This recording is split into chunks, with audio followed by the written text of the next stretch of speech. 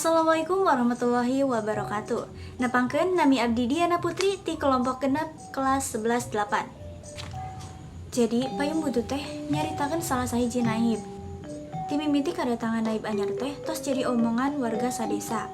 Kusabab naib nu baheula mah teu sombong atau bager. Tapi naib nu ayeuna mah sombong jeung sok ngabedakeun derajat. Ku lantaran manehna katurunan ti ningrat. Naib anyar teh gaduh istri sarang anak. Nah putrina teh namina Siti Habibah atau nusok dipanggil Neng Ebah, umurna 17 tahun. Nah Siti Habibah eta teh amprok sarang Suganda anak kepala desa. Duanana ngabogaan hate atau silih bogo. Nah Suganda teh boga niat bade ngalamar Siti Habibah. Tapi ditolak ku panaib anyar kusabab Suganda sanes ti turunan ningrat. Di hiji poe, desa eta kadatangan juru tulis anu namina R. Wiratmaja. Tos babaraha poe di desa eta, R. Wiratmaja eta teh papendak sareng Neng Siti Habibah. Wiratmaja bogoh ka Neng Ebah terus gaduh rencana rek ngalamar Neng Ebah. Tuluy Wiratmaja ngalamar Neng Ebah. Naib anyar awalna narima kusabab manehna nempo di awal aran Wiratmaja teh aya huruf R anu majarkeun Raden atau katurunan ti ningrat. Ari pek teh Wiratmaja ngajelaskeun manehna sanes ti katurunan ningrat. Naib anyar langsung nolak lamaran Wiratmaja. Di hiji poe Neng Ebah gering kusabab cenah mah usus buntu tos dioperasi tapi tetep kekurangan getih. Naib anyar minta tolong ka budak pasantren titah ngadonorkeun darahna kanggo Neng Ebah. Aya nu setuju, aya oge anu henteu. Suganda setuju ngadonorkeun darahna kanggo Neng Ebah. Natelila Neng Ebah cager, terus Suganda deket sareng Neng Ebah. Eta kesempatan moal disia-siakeun ku Suganda. Lila-kalilaan, naib anyar sadar tuluy nyatujuan lamaran Suganda. Akhirna Ebah sareng Suganda kawin, tuluy bahagia salamina. Pangkeun namni abdi Arya Hermina, abdi ti kelompok genep, arek ngejelaskeun tema jeung latar hasil analisis ti buku novel Payung Butut. Tema utama nyaeta kasombongan jeung derajat sosial. Caritana nekeunkeun yen derajat jeung turunan lain ukuran pikeun nentukeun ajeun manusia. Nu leuwih penting nyaeta kahadean, ikhlas, jeung tulusna hate. Terus latar nyaeta aya 3. Anu kahiji latar tempat nyaeta di lembur bumi Bapa Naib, masigit, alun-alun, kantor kubu kepala desa, terus jeung rumah sakit. Anu kadua latar waktu nyaeta zaman baheula, bulan puasa, waktu maghrib, jeung beurang jeung malam Selasa. Anu katilu latar suasana nyaeta bungah, sedih, sadar, jeung ikhlas. Tepangkeun nami abdi Emil Putri Antasari, abdi di dieu bade ngajelaskeun tentang tokoh-tokoh anu aya dina novel Payung Butut. Anu pertama aya tokoh utama, Bapa Naib. Nyaeta tokoh sentral, sifatna menak sombong, agul ku katurunan, sok ngahinakeun batur, akhirna sadar kana katupatanna. Anu kadua aya tokoh kulawarga, nyaeta aya Ibu Naib, pamajikan Bapa Naib, leuwih sabar jeung kalem sanajan sok henteu satuju.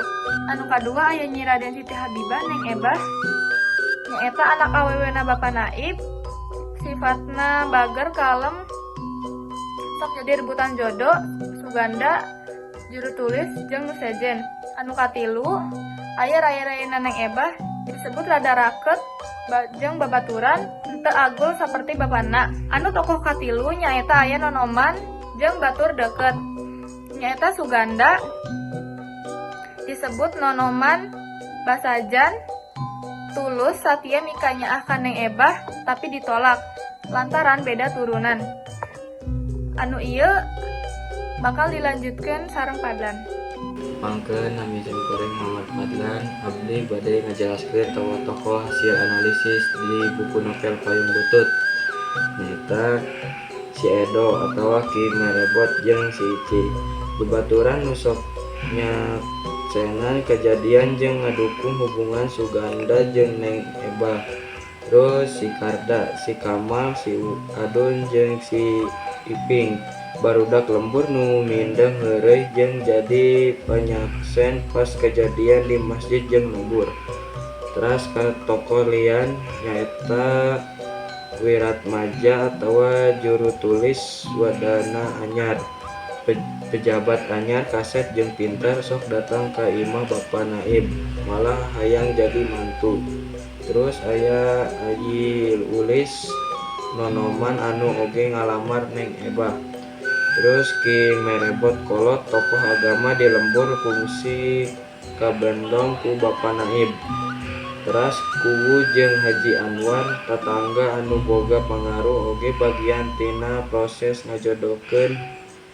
Teras Bi Uti Maacih jeung tatangga sejen ngalantarankeun gosip jeung jadi sora masyarakat Lembur. Tepangkeun nami Abdi Aldi Fahri, abdi bade ngajelaskeun alur atau galur nu aya di novel Payung Butut.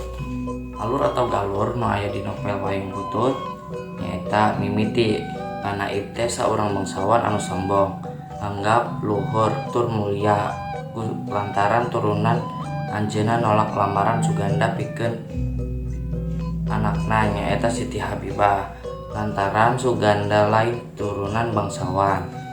Konflik, padahal Siti Habibah jeung Suganda teh silih bogoh, tapi hubungan anak kaganggu ku kasombongan jeung kakakuan pamadegan bapana.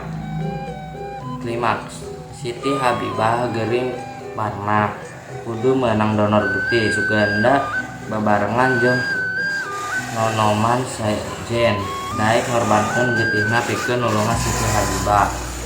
Resolusi, ningali kalakuan Suganda anu ikhlas jeung HDHT, Pak Naib tungtungna insaf. Anjeunna sadar yen kahadean jeung katulusan leuwih penting tibatan asal usul turunan. Tungtungna anjeunna mere restu ka Siti Habibah jeung Suganda pikeun nikah. Nepangkeun nami Abdi Erliti Sinjani, di dieu abdi bade ngajentrekeun amanat sareng sudut pandang tina novel Payung Butut. Amanatna ulah sombong keturunan atau derajat, sabab unggal jalma sarua di payunan Gusti. Hirup kudu ngahargaan batur, henteu meunang ngahinakeun sababeda derajat. Asih jeung kahadean leuwih penting tibatan derajat sosial. Aya oge anu terakhir sudut pandang. Sudut pandangna nyaeta jalma katilu sarba nyaho. Alesanana pangarang dapatkeun dirina di luar carita sarta bisa nyaritakeun sagala hal kaasup eusi hati jeung pikiran unggal tokoh.